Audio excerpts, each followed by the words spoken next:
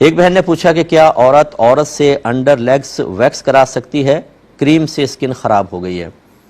دیکھیں، شرعی اصول ہمارا یہ ہے مذہب اسلام کا کہ ناف سے لے کے گھٹنوں کے نیچے تک کوئی بھی نہ مرد کے سامنے نہ عورت کے سامنے اپنا حصہ بدن کھول سکتی ہے۔ اس کو ستر کہتے ہیں، اور مقام ستر کا کسی کے سامنے کھولنا یہ گناہ ہوتا ہے اور حرام ہے۔ ہاں، ضرورتیں مستثنیٰ ہوتی ہیں، جس کی تفصیل مختصراً میں آپ کو عرض کر دیتا ہوں، اس کو سمجھنے والی چیز ہے۔ ایک لفظ ہوتا ہے ضرورت، ایک ہے حاجت، ایک ہے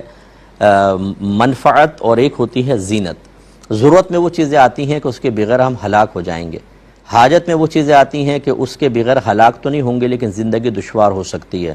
منفعت میں وہ چیزیں آتی ہیں نہ ہلاکت نہ زندگی دشوار، ہاں مل جائے تو فائدہ ہوگا، جیسے دو دکانیں تو تیسری دکان اور ہو جائے۔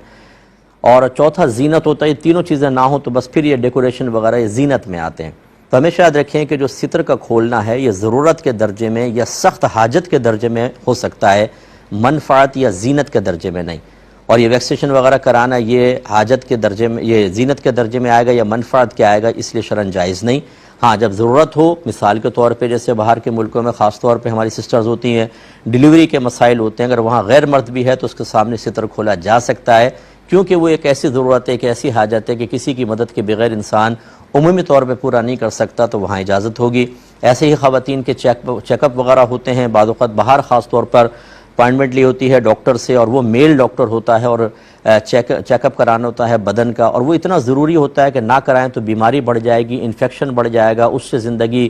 سخت دشوار ہو جائے گی، بعض اوقات ہلاکت کی طرف بھی لے جا سکتی ہے، تو ایسی صورت میں پھر وہاں ستر کھولا جا سکتا ہے۔ اسی طریقے سے بعض اوقات اور بھی کئی اس کی مثالیں ہو سکتی ہیں، لیکن بس اب یہ دیکھنا ہوتا ہے کہ جب آپ یہ فیصلہ کرنا چاہیں کہ میں یہ کر سکتا ہوں کہ نہیں، تو ویسے تو میں یہ کہوں گا کہ آپ کسی اچھے مستند مفتی صاحب سے فتویٰ لیں، کیونکہ وہ آپ ہر صورت میں